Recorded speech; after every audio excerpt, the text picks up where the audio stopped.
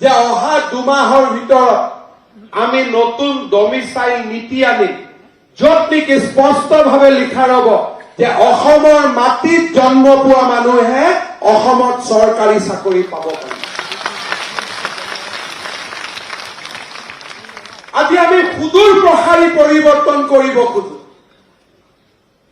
মই আগতে কৈছো কংগ্ৰেছক, পগলা কুকুৰক জকাই নলব। যেতিয়ালৈকে লেখা মেলি বান্ধা থাকে ঠিক থাকে। যেতিয়া কোনোবাই শচীন তেণ্ডুলকাৰক খং উঠাই লয়, তেতিয়া 200-300 মাৰি দিব পাৰে ক্ৰিজত। যে অহা 2 মাহৰ ভিতৰত আমি নতুন ডমিচাইল নীতি আনিম, য'ত নেকি স্পষ্টভাৱে লিখা ৰ'ব যে অসমৰ মাটিত জন্ম পোৱা মানুহে অসমত চৰকাৰী চাকৰি পাব পাৰে। আজি আমি সুদূৰ প্ৰসাৰী পৰিৱৰ্তন কৰিব খোজো।